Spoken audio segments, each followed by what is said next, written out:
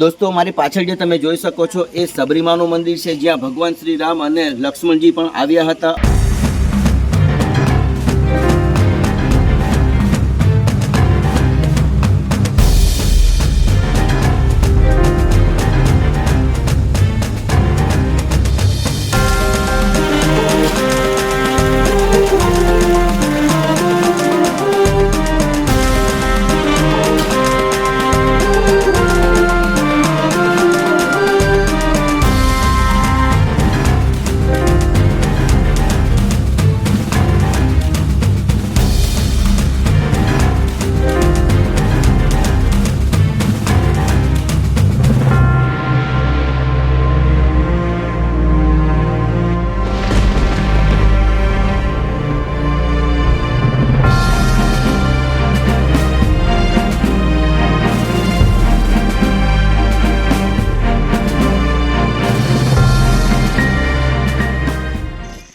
દોસ્તો કેવી લાગી આ જગ્યા? મંત્રમુગ્ધ થઈ ગયો છું.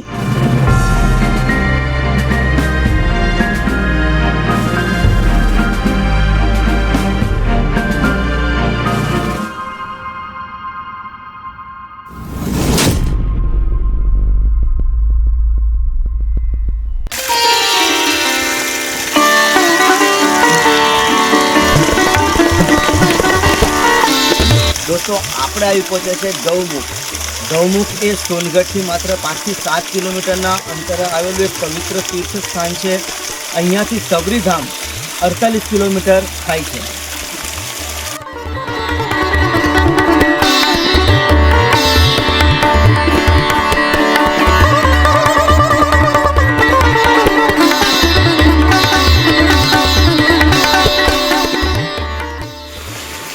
દોસ્તો આહવાના પર્વતમાળની વચ્ચે આવેલી આ પવિત્ર જગ્યા એટલે ગૌમુખી ગંગા.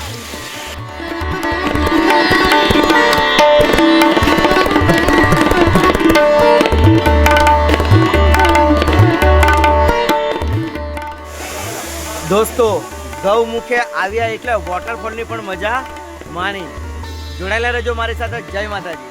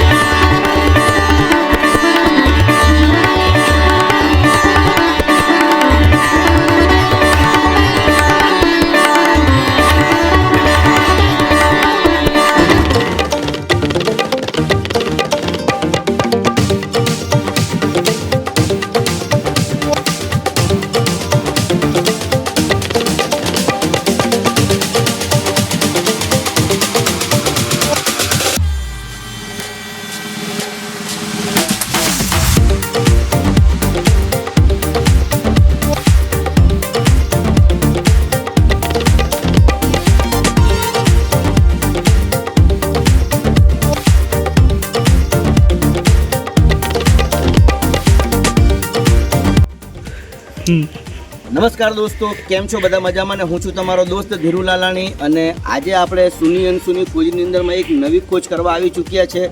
એ છે સબરીધામ.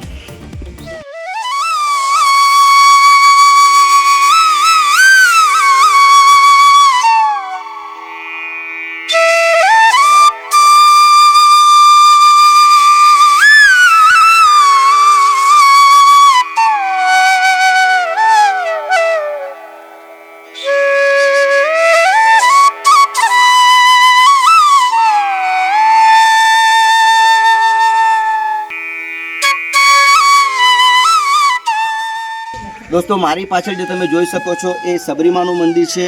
આ જગ્યા પર ભગવાન શ્રી રામ અને ભાઈ લક્ષ્મણ આવ્યા હતા.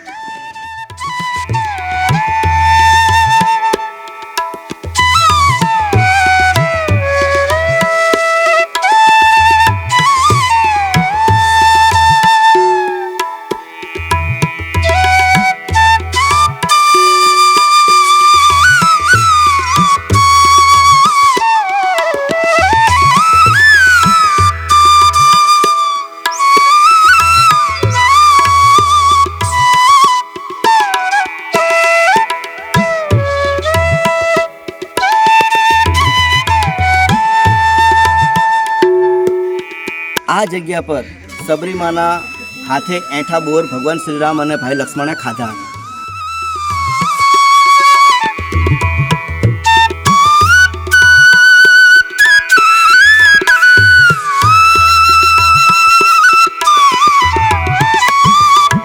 સબરીમાના ધામે આવીએ અને આપણને જે ભગવાન શ્રીરામને જે સબરી માતાજીએ ચાખીને એઠા બોર ભગવાન શ્રીરામને મીઠા ખવડાવ્યા હતા, એવા જો આપણા જેવા વ્યક્તિને મળી જાય એક સામાન્ય જીવને તો કેવી મજા આવે ભાઈ. તો સબરીધામ આવવાનું ચૂકતા નહીં. અને મોજ છે ભાઈ કંઈક અલગ, બરાબર. આવી મોજ અમે લીધી છે, પણ અમારો હેતુ એ છે આ વિડીયો બનાવવાનો કે હવે પછી આ વિડીયોના માધ્યમથી તમે આવશો અહીંયા આ જગ્યા પર. ડાંગ જિલ્લાના આહવાની અંદરમાં આ સબરીધામ આવેલું છે, જ્યાં ભગવાન શ્રીરામે સબરી માતાના હાથે બોર ખાધા હતા. તો જોડાયેલા રહેજો મારી સાથે. હજુ આપણે આગળ પણ ઘણું બધું જોવાનું બાકી છે. જય માતાજી.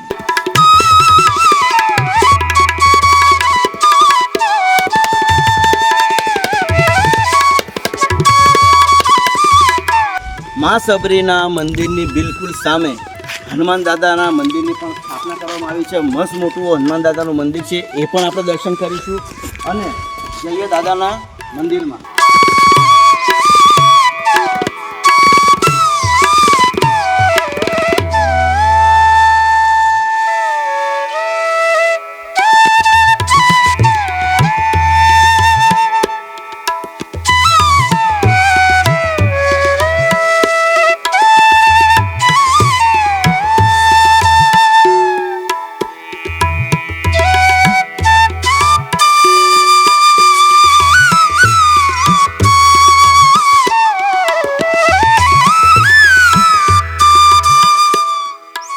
દોસ્તો સબરીમાના ધામે આવતા ઘણા બધા મિત્રો આપણને મળ્યા છે. આ મિત્રો આવ્યા છે મહુવાથી, તો એમની સાથે પણ આપણે વાર્તાલાપ કરશું ને આ યાત્રાધામ એમને કેવું લાગ્યું એ પણ આપણે પૂછશું. મિત્ર, તમારું નામ જણાવશો? મારું નામ પિન્ટુભાઈ છે. બરાબર. મહુવાથી આવ્યા છે. સબરીધામ માટે બધું સાંભળેલું હતું. એ અમને બહુ ગમ્યું. મંદિરને બધી રીતે સારું છે. બરાબર. બધી સુવિધા બી સારી છે. તો આ તો હજારો વર્ષ જૂનું આ મંદિર છે. અહીંયા આવીને કેવું અનુભૂતિ કેવી થાય આપણે? મન શાંત થઈ જાય એવું છે. લોકેશન મસ્ત છે. આ તો આપણે ખાલી વાતો સાંભળી હતી કે આવું કંઈક છે, પણ આજે આ જગ્યા પર આવ્યા એટલે આપણને ખબર પડી કે ભાઈ સબરીધામ પણ આટલું મોટું ધામ છે અને કેટલો મોટો ઇતિહાસ છે જે રામાયણ સાથે જોડાયેલો છે. બરાબર. તો દોસ્તો ફરીવાર આવો એટલે સબરીધામ ચોક્કસથી આવજો. અને બધાને જય માતાજી, જય શ્રી રામ.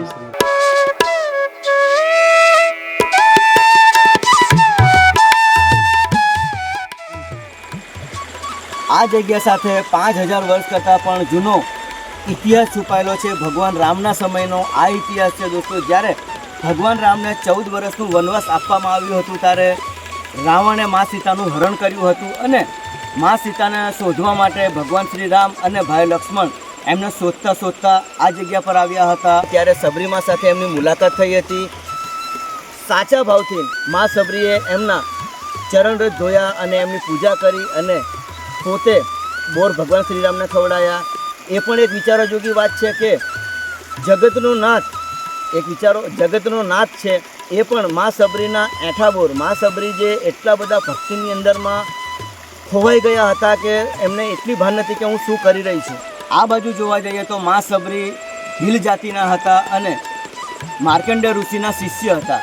માર્કંડેય ઋષિએ જ્યારે સબરી માતાને કહ્યું હતું કે સમયની રાહ જોજે, એક સમય ભગવાન શ્રી રામ અને ભાઈ લક્ષ્મણ ચોક્કસથી ચોક્કસ તારી ઝૂંપડી આવશે.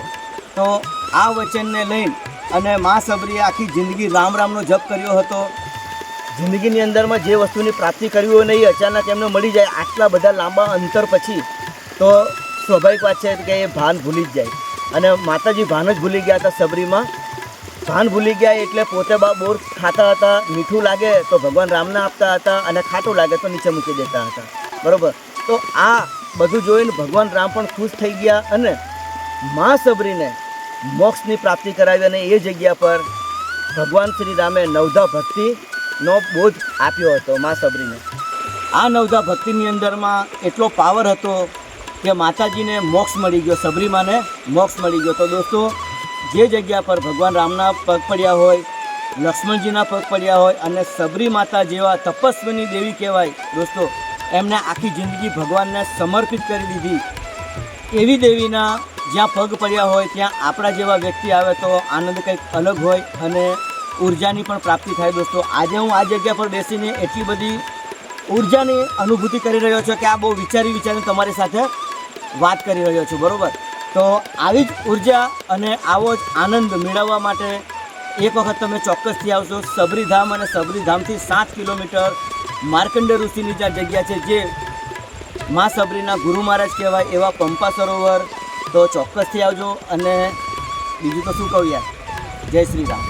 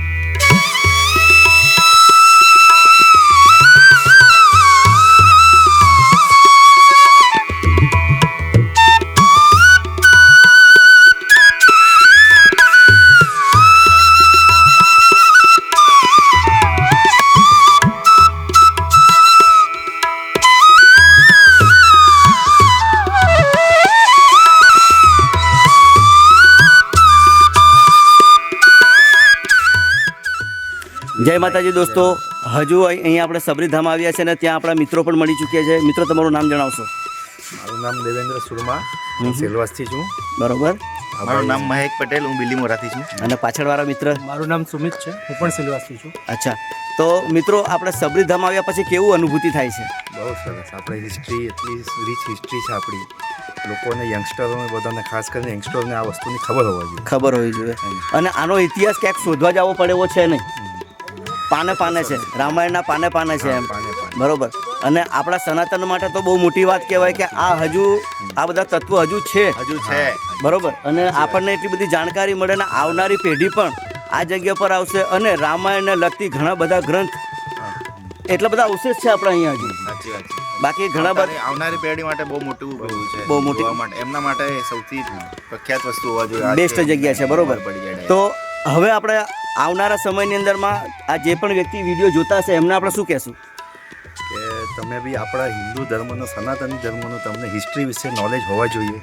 અને ભાઈ, તમે જે આ કામ કરો છો અવેરનેસ માટે, એને અમે સરાહનીય સમજીએ છીએ. ના, બરોબર છે. અને બધાને રામાયણ, મહાભારત જે બી છે આપણા પુરુષોથી જે ચાલતું આવેલું છે એમને એ લોકોને વંચિત ના રાખશો. હા, બરોબર. આપણને થોડી ખબર હોય તો આપણા બાળકોને એવી જગ્યા પર લઈ જાઓ.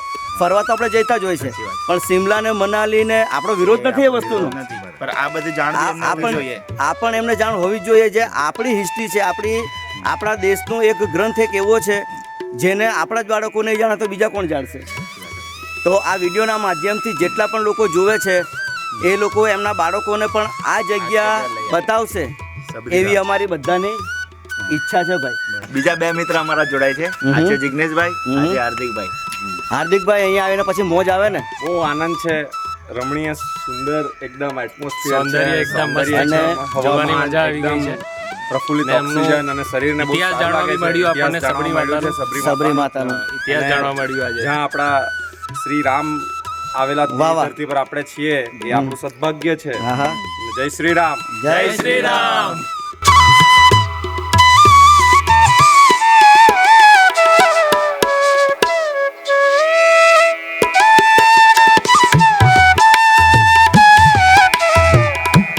દોસ્તો, ભગવાન રામ, ભાઈ લક્ષ્મણ અને મા સબરીના દર્શન આપણાને થઈ ગયા છે અને હવે આપણે જઈએ માર્કંડી ઋષિ એટલે કે પંપા સરોવર. બરોબર, તો જોડાયેલા રહેજો મારી સાથે. આપણે જઈએ પંપા સરોવર. જય માતાજી.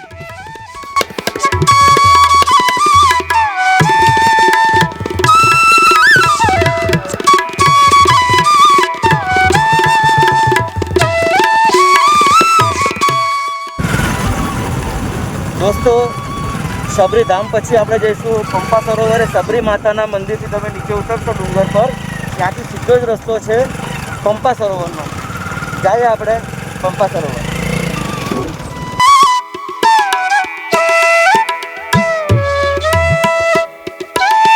દોસ્તો, આપણા ભારતની અંદર પણ વિદેશ કરતાં સારી જગ્યા છે.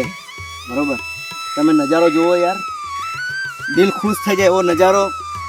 કુતુબ, મનાલી, જમ્મુ, કાશ્મીર બધું અહીંયા જ છે ભાઈ, આપણા ભારત દેશમાં જ છે બધું.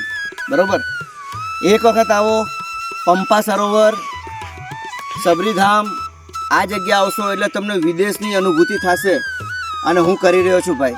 એટલો બધો અમે જતા હતા ત્યાં પંપા સરોવર, પણ રસ્તાની ઉપર આવ્યો એટલે મને આ નજારો જોવાનું એમ થઈ ગયું કે વાહ, હવે અહીંયાથી કાંઈક મારા મિત્રોને એવું કંઈક બતાવું કે એમને પણ આવવાની ઈચ્છા જાગે. બરાબર, તો ગમે ત્યારે પણ આવો એટલે આવો, એન્જોય કરો યાર. અને બાળકોને પણ લઈ આવો. ફેમિલી સાથે આવશો તો વધારે મજા આવશે ભાઈ, કારણ કે આ જગ્યા યાર અલગ જ કંઈક જગ્યા છે અને મોજે મોજ, દિલ ગાર્ડન ગાર્ડન થઈ જાય એવું છે ભાઈ.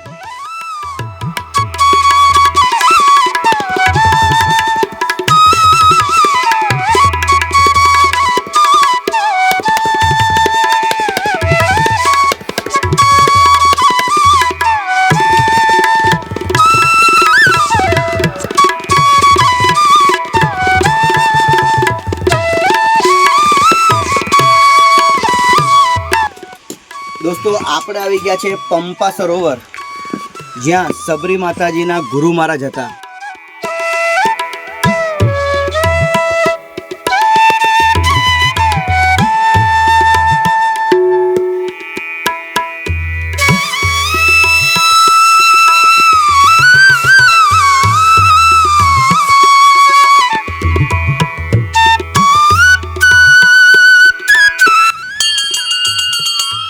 જય શ્રી રામ.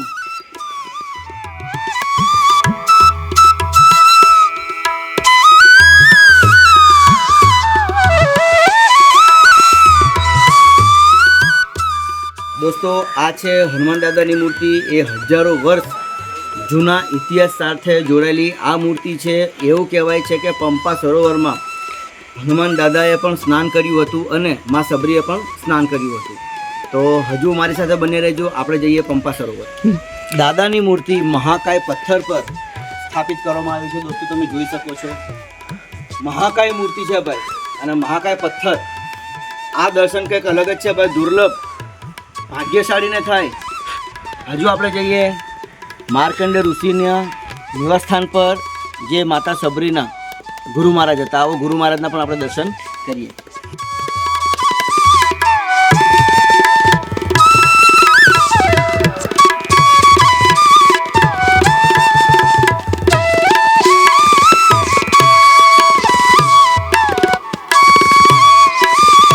દોસ્તો, આ છે માર્કંડે ઋષિ મા સબરીના ગુરુ મહારાજ.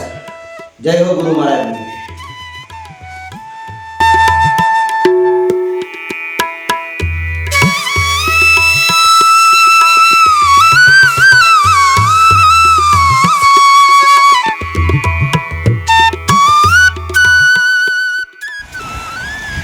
દોસ્તો, પંપા સરોવર એટલે અદ્ભુત જગ્યા ભાઈ. એની હવે મારી પાસે એવા શબ્દ નથી કે તમને કયા શબ્દમાં એનું વર્ણન કરી શકું. રામાયણ સમયની અંદરમાં જોડાયેલી આ જગ્યા છે. અત્યારે પણ કુદરતી સૌંદર્ય અને અદ્ભુત, જેના કોઈ મારી પાસે શબ્દ નથી એવી જગ્યા છે.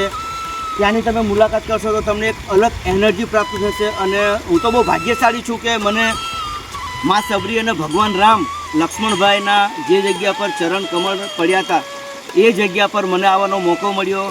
તમે પણ આ વિડીયો જોયા પછી આ મોકો ચૂકશો નહીં એવી મારી રિક્વેસ્ટ છે. આપણા આ વિડીયોને તમારા ફ્રેન્ડ સર્કલમાં પણ શેર કરજો, જેથી કે એ લોકો પણ આ અદ્ભુત જગ્યાના દર્શન કરી શકે દોસ્તો. કારણ કે આપણા ભારતની અંદરમાં જો આપણી સંસ્કૃતિ આપણે જાળવી રાખશું ને તો એની મજા કંઈક અલગ હશે.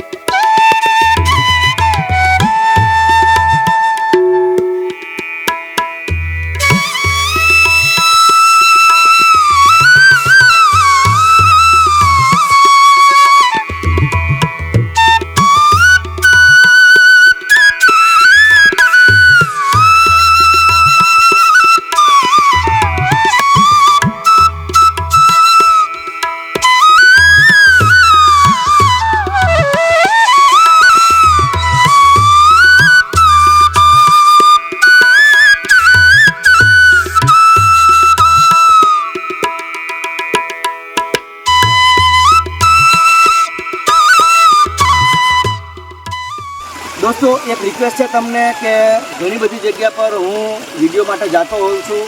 ત્યાં ધાર્મિક સ્થળ પર પાણીમાં અથવા કુંડમાં ઘણી બધી એવી પ્લાસ્ટિકની વસ્તુ, પડીકા, થેલીઓ એ બધું હોય છે. તો આ આપણી સંસ્કૃતિને જાળવવી જરૂરી છે અને ગંદકી કરવી આપણા માટે યોગ્ય નથી. કારણ કે આ બધી એટલી બધી તપોભૂમિ છે જેનું વર્ણન શબ્દોમાં થઈ શકતું નથી. તો મારી રિક્વેસ્ટ તમને એ રહેશે કે ગમે ત્યાં તમે ફરવા જાઓ, કોઈ પણ તીર્થ સ્થાન પર જાઓ, ત્યાં ગંદકી કરશો નહીં. હું અત્યારે આવ્યો છું પંપા સરોવરને, ત્યાં પણ મને થોડી ગંદકી જોવા મળી છે. તો મહેરબાની કરીને કોઈ પણ સ્થળ પર જાઓ, જાહેર સ્થળ પર જાઓ તો ગંદકી કરશો નહીં.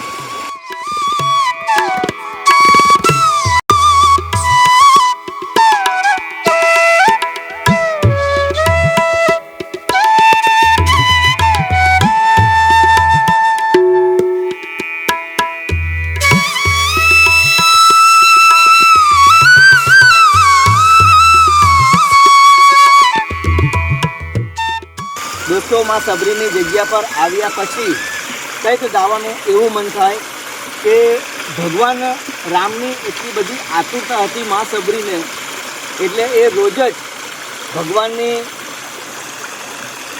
ભગવાનની વાટ જોતી હતી. અને એ ધ્યાનમાં રાખીને હમણાં એક ભજન બહુ સુપ્રસિદ્ધ થયું. ભજન છે રામ આએંગે આએંગે રામ આએંગે, हो राम आएंगे आएंगे राम आएंगे, मेरी झोपड़ी के भागा खुल जाएंगे राम आएंगे, हो मेरी झोपड़ी के भाग आज खुल जाएंगे राम आएंगे, हो राम आएंगे आएंगे राम आएंगे. દોસ્તો એમની આતુરતાની થોડીક રાહ જોડાવી, પણ ભગવાન રામ અને ભગવાન લક્ષ્મણ એમના ઘરે આવ્યા હતા. બરાબર. આપણા વિડીયોની અંદરમાં તમને અમારી થોડી ઘણી પણ મહેનત લાગી હોય તો લાઈક કરી દેજો અને ચેનલને સબસ્ક્રાઈબર કરી લેજો ભાઈ. બરાબર. સનાતન ધર્મને લગતા દરેક જ વિડીયો આપણી યુટ્યુબ ચેનલ પર તમને જોવા મળશે, દરેક યાત્રાધામના. અને બીજી તમને રિક્વેસ્ટ છે કે તમારી આજુબાજુમાં કોઈ એવા યાત્રાધામ હોય જે મહાભારત રામાયણને લગતા, કોઈ પણ ગ્રંથને લગતા જગ્યા હોય તો એ અમને કમેન્ટ બોક્સમાં જણાવજો, જેથી કે અમે નેક્સ્ટ ટાઈમ એના પર જઈશું અને એનો પણ ઇતિહાસ સાથેનો વિડીયો તમારી સમક્ષ લાવવાની કોશિશ કરશું. બરાબર. બાકી તો જય માતાજી.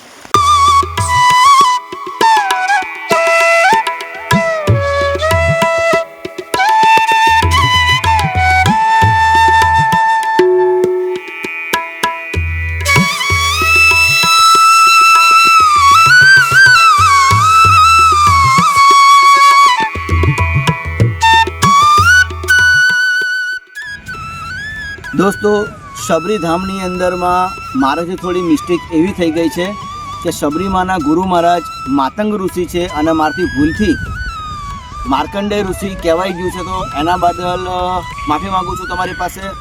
અને આ જે ઋષિ છે એ 7 ઋષિ છે દોસ્તો, એટલે લગભગ સમથિંગ જ છે, પણ જે ગુરુ મહારાજ આખા અલગ હતા પણ મારથી ભૂલથી કહેવાઈ ગયું છે, તો એના બદલે હું તમારી પાસે માફી માગું છું. જય શ્રી રામ.